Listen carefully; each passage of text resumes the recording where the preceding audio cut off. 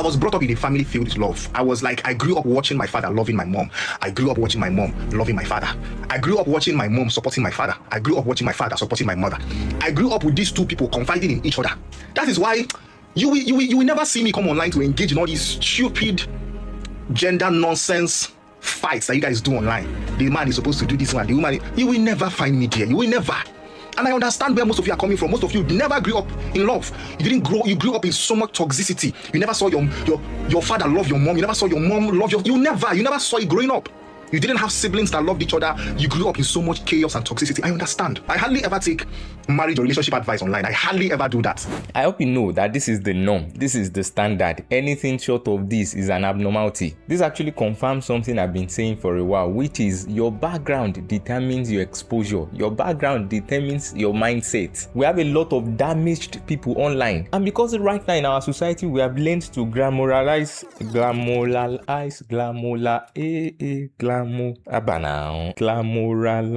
And because we have placed so much glamour on trauma, on hurt, on pain, we have learned to elevate that. We have learned to see pain as the norm. And the new age ideologies now help us push this the more. If you are wondering what issue I have with the current brand of feminism, this is it. Last week I did a video where I was comparing two opposite mindsets and the kind of results that those mindsets produce. And people came to my comment to tell me that the person who had the good result was an outlier, that is not the norm, that the norm is abnormal. The way negativity bias has so blinded us from seeing reality for what it is. I went through the comment section of this post and someone said, I thought I was alone. Imagine thinking you are an exception because your parent exposed you to the concept of good marriage. See more comments. I say, with what I saw from my grandparents, more love and respect choke for our family. My parents are still together for 40 years now. I grew up understanding love from my mom. This is coming from a guy. This one cannot see women and not value them. Same to me, man. I know what love looks like. See a lady's comment. Exactly. I prayed that I find a man like my father, and yet I got even more love leads. This is a regular lady that grew up in a proper environment. She experienced a father's love that formed a template for her. She was able to use that to know the kind of man she should choose, and she's right here testifying to the fact that she chose the right man. See another one. My parents have been happily married for 27 years.